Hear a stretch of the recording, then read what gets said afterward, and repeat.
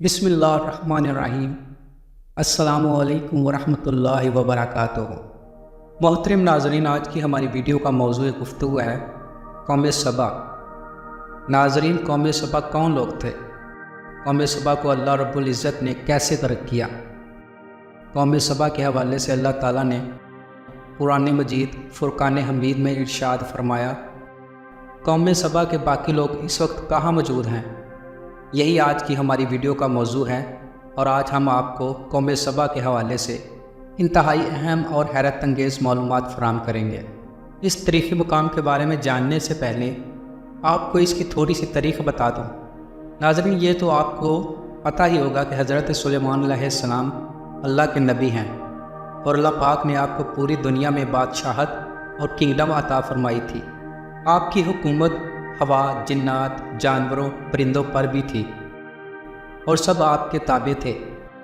پرندوں میں ایک پرندہ جس کو ہدہد کہتے ہیں، اس کو آپ علیہ السلام کا بڑا قرب حاصل تھا، وہ آپ کے بہت قریب تھا۔ اسی ہدہد نے آپ علیہ السلام کو ملک سبا کی ملکہ بلقیس کے بارے میں خبر دی تھی کہ وہ ایک بہت ہی بڑے تخت پر بیٹھ کر سلطنت کرتی ہے، مگر وہ اور اس کی قوم ستاروں کے پجاری ہیں۔ اس خبر کے بعد حضرت سلیمان علیہ السلام نے ملکہ بلقیس کے نام جو خط لکھا، خط کا سن کر ملکہ بلقیس نے اپنی سلطنت کے امیروں اور وزیروں سے مشورہ کیا۔ ان لوگوں نے اپنی طاقت اور اپنی جنگی مہارت کا اعلان و اظہار کر کے حضرت سلیمان علیہ السلام سے جنگ کا ارادہ ظاہر کیا۔ اس وقت ملکہ بلقیس نے اپنے امیروں اور وزیروں کو سمجھایا اور حکمت عملی کا بتایا کہ جنگ مناسب نہیں ہے، کیونکہ اس سے شہر ویران اور شہر کے عزت دار باشندے ذلیل و خوار ہو جائیں گے۔ اس لیے میں نے بہتر یہ خیال کیا ہے کہ کچھ تحائف ان کے پاس بھیجیں، تو اس سے امتحان ہو جائے گا کہ حضرت سلیمان علیہ السلام صرف بادشاہ ہیں یا اللہ عز و جل کے نبی بھی۔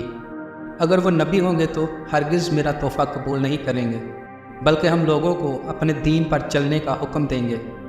اگر وہ صرف بادشاہ ہوں گے تو یہ تحائف قبول کر کے نرم ہو جائیں گے۔ چنانچہ ملکہ بلقیس نے 500 مرد اور 500 عورتیں، غلام، بہترین لباس اور زیورات سے آراستہ کر کے بھیجے، اور ان لوگوں کے ساتھ 500 سونے کی اینٹیں اور بہت سے جواہرات اور مشک وغیرہ اور ایک جڑا ہوا تاج بھی اپنے قاصد کے ساتھ بھیجا۔ خود یہ سب دیکھ کر وہاں سے روانہ ہو گیا اور حضرت سلیمان علیہ السلام کی دربار میں حاضر ہو کر سب کچھ بتا دیا۔ چنانچہ ملکہ بلقیس کا قاصد جب چند دنوں کے بعد سامان کو لے کر دربار میں حاضر ہوا تو سلیمان علیہ السلام نے اس قاصد سے بڑا غصے کا اظہار کرتے ہوئے فرمایا، کیا تم مال سے میری مدد کرتے ہو؟ جو مجھے اللہ نے دیا وہ بہتر ہے اس سے جو تمہیں دیا۔ اس کے بعد جب قاصد نے واپس آ کر ملکہ بلقیس کو سارا ماجرا سنایا تو ملکہ بلقیس سلیمان علیہ السلام کے دربار میں حاضر ہو گئی، اور حضرت سلیمان علیہ السلام کا دربار اور یہاں کے عجائبات دیکھ کر اس کو یقین آ گیا کہ حضرت سلیمان علیہ السلام خدا کے نبی برحق ہیں اور ان کی سلطنت اللہ کی طرف سے ہے۔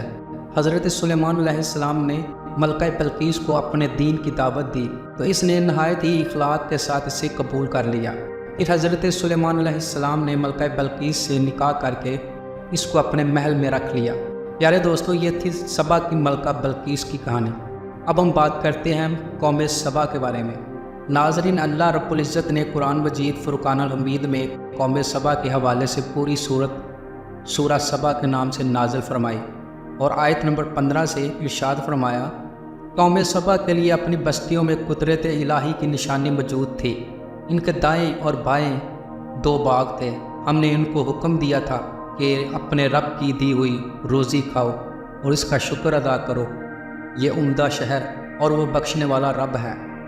لیکن انہوں نے روگردانی کی تو ہم نے ان پر زور کے سیلاب کا پانی بھیج دیا، اور ہم نے ان کے ہرے بھرے باغوں کے بدلے 2 ایسے باغ دیے جو بدمزہ میووں اور با کثرت چھاؤ اور کچھ بیری کے درختوں والے تھے۔ ناظرین، امام احمد رحمۃ اللہ علیہ حضرت ابن عباس رضی اللہ تعالیٰ عنہ سے روایت کرتے ہیں کہ ایک شخص نے رسول اللہ صلی اللہ علیہ وآلہ وسلم سے دریافت کیا کہ سبا جس کا قرآن میں ذکر ہے، یہ کسی مرد یا عورت کا نام ہے یا زمین کے کسی حصے کا نام ہے؟ تو آپ صلی اللہ علیہ وآلہ وسلم نے فرمایا، یہ ایک مرد کا نام ہے جس کی اولاد میں 10 بیٹے پیدا ہوئے، جن میں سے 6 یمن میں آباد رہے اور 4 شام میں چلے گئے۔ یمن والوں میں مجدد، کندہ، ازہر، عشری، معاد اور حمیر تھے۔ ان 6 میں سے 6 قبیلے پیدا ہوئے جو انہی کے ناموں سے مشہور ہوئے، اور شام میں بسنے والوں کے نام لخم، جزام، عاملہ، غسان اور ان کے قبائل بھی انہی کے ناموں سے مشہور ہوئے۔ سبا کا اصل نام عبد الشمس تھا۔ عبد الشمس بن یشب بن یرق بن قحطان ہے۔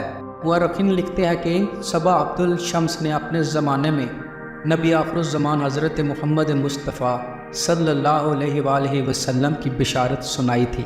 سبا کی اولاد میں بعض کی سلطنتیں مصر، شام، ایران اور ہند تک پھیلی ہوئی تھیں، جن کی یادگار قمدان وغیرہ میں ابھی تک باقی ہیں۔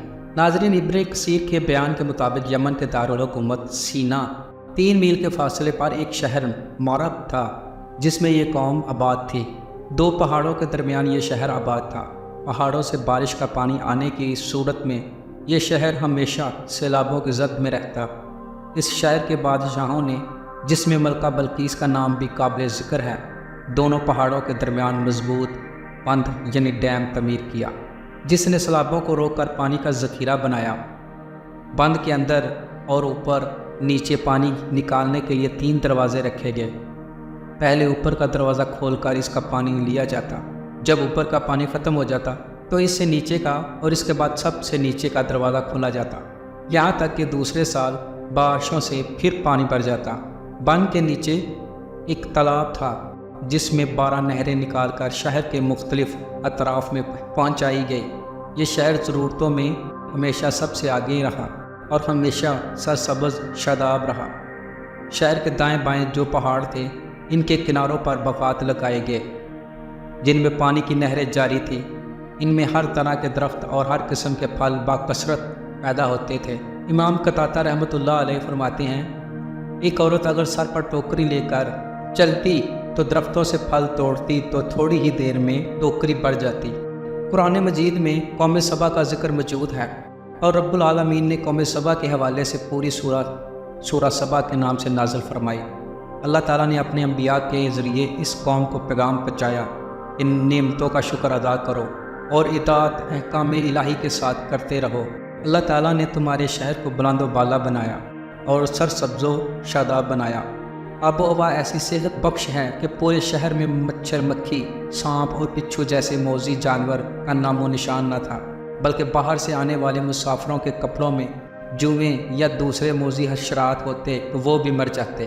ناظرین، روایات کے مطابق اس قوم پر اللہ رب العزت نے 13 انبیاء کرام کو بھیجا، مگر کسی بھی تفسیر میں کسی مخصوص نبی کا ذکر نہیں ملتا، مگر ان لوگوں نے انبیاء کرام کی تکذیب کی اور اللہ تعالیٰ کے احکامات سے سرکشی اور روگردانی کی۔ ناظرین، قوم سبا کی سرکشی کے سبب اللہ تعالیٰ نے اس قوم کو سزا دینے کے لیے صد مرب یعنی وہ دیوار جو انہوں نے بنائی تھی، اس کو توڑ کر سیلاب سے تباہ کرنے کا ارادہ فرمایا، اور پانی کے عظیم الشان بند پر اندھے چوہے مسلط کر دیے، جنہوں نے اس کی بنیاد کو کھوکھلا کر کے اسے کمزور کر دیا۔ جب بارش اور سیلاب کا پانی آیا تو پانی کے دباؤ نے اس کی کمزور بنیاد کو توڑ کر ان کے اوپر سیلاب مسلط کر دیا۔ بالآخر اس بند کے پیچھے جمع شدہ پانی پوری وادی میں پھیل گیا، مکانات اور درخت تباہ ہو گئے، پہاڑوں کے درمیان جو باغات تھے ان کا پانی بھی خشک ہو گیا۔ مورخین لکھتے ہیں کہ چوہوں کو دیکھتے ہی وہ لوگ دوسری جگہ منتقل ہوئے، کچھ سیلاب کے شروع میں چلے گئے۔ 6 قبیلے ان کے یمن میں پھیلے، 4 قبیلے شام میں۔ مدینہ منورہ کی آبادی بھی انہی قبائل سے شروع ہوئی، اور بہت سے لوگ سیلاب سے بچ کر بھاگے اور مختلف شہروں کو جا کر آباد کیا۔ ان کے باغات بھی مکمل تباہ کر دیے گئے۔ ان باغات کی جگہ ایسے درخت اگا دیے جن کے پھل بد مزہ اور خراب تھے۔ یہ درخت ادا کی ایک قسم ہے جس پر کچھ پھل ہوتا ہے اور کھایا جاتا ہے، مگر اس درخت کے پھل بھی بد مزہ ہوتے ہیں۔ حضرت ابو عبیدہ رضی اللہ تعالیٰ عنہ نے فرمایا، خمد ہر ایسے درخت کو کہا جاتا ہے جو خاردار بھی ہے اور کڑوا بھی۔ ناظرین، ابن کثیر نے قوم سبا کے حوالے سے ایک کاہن کا قصہ بھی لکھا ہے۔ سیلاب کا عذاب آنے سے پہلے ایک کاہن کو اس کا علم ہو گیا تھا۔ اس نے عجیب تدبیر سے اپنی زمین جائیداد وغیرہ فروخت کی، پھر قوم کو ان کے آنے والے عذاب کے بارے میں آگاہ کیا اور کہا کہ فوراً یہاں سے نکل جاؤ، اس نے یہ بھی بتایا کہ اگر بہت دور محفوظ مقام پر جانا ہے تو عمان چلے جاؤ۔ جو ایسی سواریاں چاہیں جو کیچڑ میں ثابت قدم رہیں اور قحط کے زمانے میں کام آئیں، وہ مدینہ منورہ چلے جائیں جس میں کھجور کثرت سے ہے۔ جو شراب، خمیری روٹی اور پھل چاہیں وہ بصرہ چلے جائیں۔ قوم نے اس کے مشورے پر عمل کیا۔ قبیلہ ازہر کے لوگ عمان چلے گئے، غسان بصرہ کی طرف، اوس اور حضرت اور بنو عثمان یثرب کی طرف نکل گئے۔ بطن مرہ کے مقام پر اس طرح یہ قوم ٹکڑے ٹکڑے ہوئی، مگر کچھ لوگ بچ گئے۔ ان کو اللہ رب العزت نے عذاب کی صورت میں تباہ و برباد کر دیا۔ ناظرین، قوم سبا کے عروج و زوال کے ذکر میں بہت بڑی نشانی اور عبرت ہے۔ یہ ایک حقیقت ہے کہ نیکی کا اثر آبادی اور بدی کا اثر بربادی ہے۔ لہٰذا ہر نعمت پانے والی قوم کے لیے ضروری ہے کہ وہ خدا کی نعمتوں کا شکر ادا کرے اور گناہوں سے ہمیشہ دور رہے، ورنہ ڈر رہے گا کہ عذاب الہی نہ آ پڑے، کیونکہ جو قوم ناشکری، نافرمانی اور برے اعمال کرتی ہے تو اس کا لازمی اثر یہی ہوتا ہے کہ وہ قوم عذاب الہی کی مار سے برباد اور اس کی آبادیاں تہس نہس ہو کر ویران ہو جاتی ہیں۔ اللہ پاک سے دعا ہے کہ وہ ہمیں اپنا شکر گزار بندہ بنائے اور ہمیں ہمیشہ اچھے اور نیک کام کرنے کی توفیق دے۔ آمین ثم آمین۔ ناظرین، اسی امید کے ساتھ اجازت دیجیے کہ آپ کو ہماری یہ ویڈیو پسند آئی ہوگی۔ ملتے ہیں بہت جلد ایک تاریخی اور تحقیقی اور معلوماتی ویڈیو کے ساتھ۔ اب تک کے لیے السلام علیکم ورحمۃ اللہ۔